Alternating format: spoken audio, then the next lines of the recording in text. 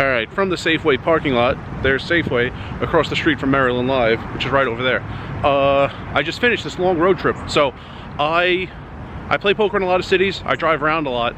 Never quite played that many poker rooms in that many cities in that many days.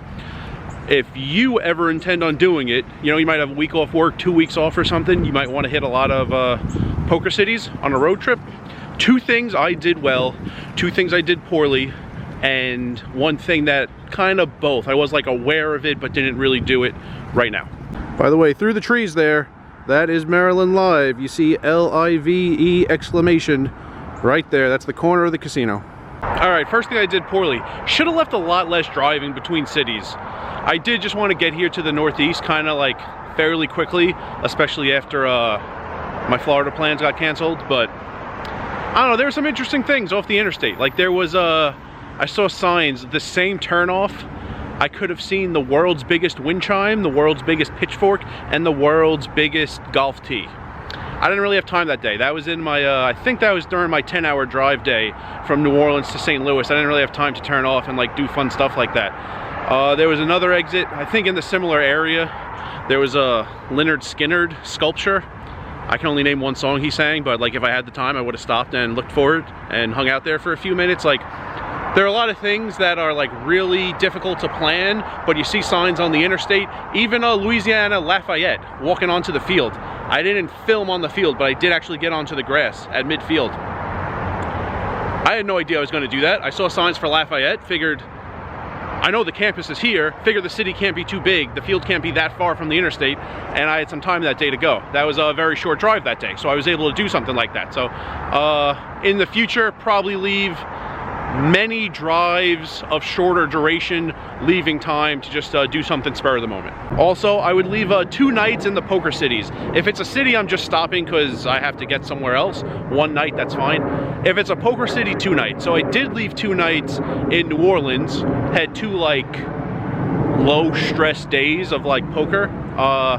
You know, I didn't need to like be somewhere instantly after that first night. I didn't need to leave the next morning. In St. Louis and Columbus, I did. So it was like late, I was tired, I didn't have a ton of time, and even though I didn't play a ton, I still didn't sleep as much as I wanted to for the drive the following day. So if it's a poker city, I would definitely suggest leaving at least 2 days. The first day, you're like amped up, you want to get into the poker room and play, okay, but the second day, you could have a lot of poker involved, or you could just allot the first day, and this will be much better next time I'm driving through Texas. First day, probably just get into the city, go to sleep, not much else, and then the second day, just play poker. And in Texas, with those giant wait lists, especially on the weekends, just get in there early, wait for another table to start, and then when things get really popular, really busy in the evening and late at night, I've already been playing there for a while, already have my seat, nothing to worry about. Now, third thing in total, one of the things I did well was to hit the local food spots, most notably Boudin. I didn't have a ton of other like really local things.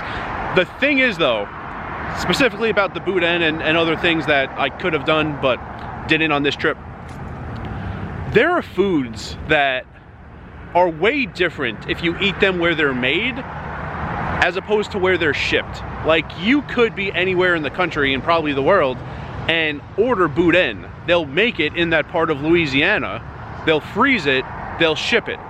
It's not going to be the same. I was playing poker with a guy from England once in Bellagio. This was in 2016, and he was ordering beer, and it wasn't Guinness. And we were all like wondering about that, why he was ordering like terrible beer made in the US. And he said it's a totally different drink. Like, he's had it in the Guinness factory, and it's like great. And he's had it after it's been made, bottled, it's in glass, light is hitting it, it's being shipped, and like weeks later you drink it. He said it's a totally different drink. So if you're ever gonna have Boudin, I would go to Scott or Lafayette. There are other cities, but I would go to Louisiana and have it, not have it frozen and then shipped to you, and you probably don't have a smoker, so you're gonna have to heat it up some other way. Like, local foods are better where they're made. Like, the people have been making it for a long time, and it was made right there, right then. So I did that well with the Boudin. I would suggest doing that in advance looking at what part of the country you're going to or another country, seeing what's local, and I'm making time for those stops. All right, from Maryland Live Casino, wanted to say before these last two things, shout out to the guy, one of my first days in town on table 51, who said he was a fan of the page. And then yesterday for me, not that you know what day it is, guy also leaving table 51, who said he watched the videos, and then him saying that made Oscar in seat 1 on my table 56, ask about the channel, pretty sure he subscribed. Shout out to everybody. Next thing I did well was overbook things. Don't be disappointed if you don't get to everything, but I'd rather do that than leave too much dead time. I'm actually worried about the music here. I'm gonna go to the parking garage to finish this video. So like I mentioned in the videos, I had in the Louisiana part of the country, I had considered playing poker in Lake Charles.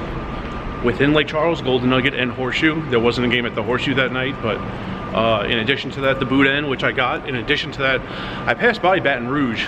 Didn't really have time that day to stop there and play, but I was aware of it and I wanted to if I could make it happen. And I ended up not going east past New Orleans to go to Florida because of the hurricane.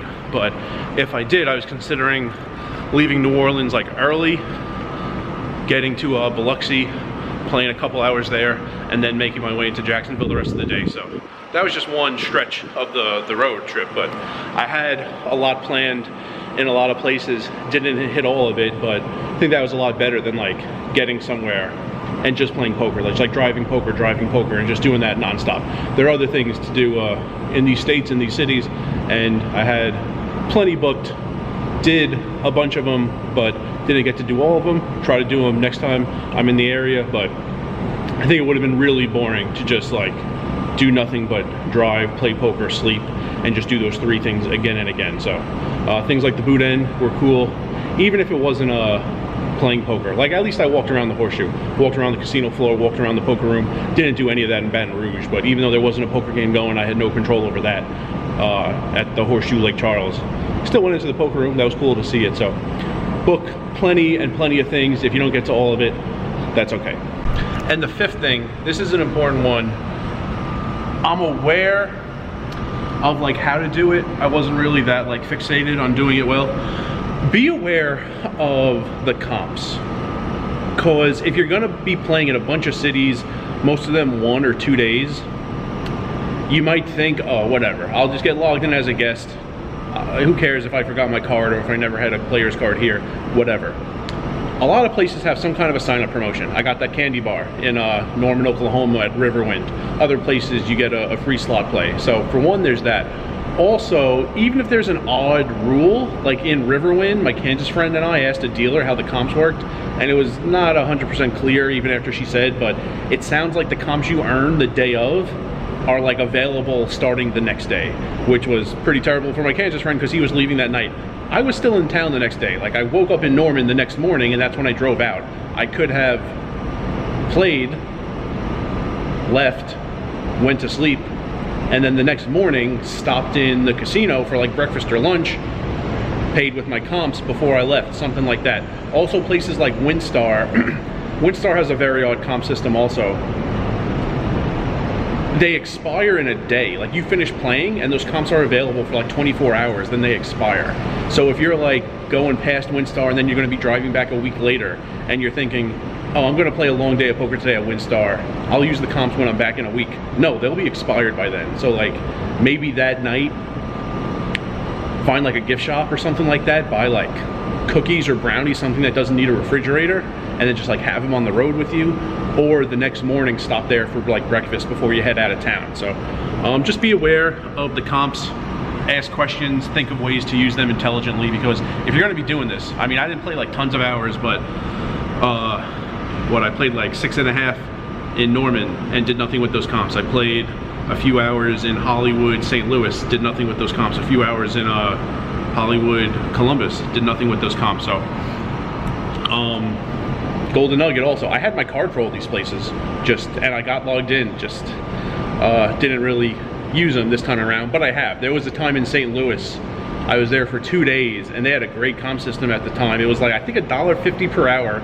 In addition to that, every 4 hours, you earn a voucher for food, and you could earn 2 per day. So I played like 2 8-hour days, wound up with a lot of comps and 4 vouchers ate the first night of poker, ate the second night of poker, and then the next morning on my way out, I bought a pizza for myself, just keep in the car all day, and I bought the lunch for the 2 people in line behind me, because I was never going to be back there, or I wasn't going to be back there for a very long time. I just wanted to use all the comps before I left. Like, that's how many comps I had just for 2 days of poker. So be aware, use them intelligently, and those are my 5 things on how to make an efficient, fun poker road trip. And remember, rice is a spoon food.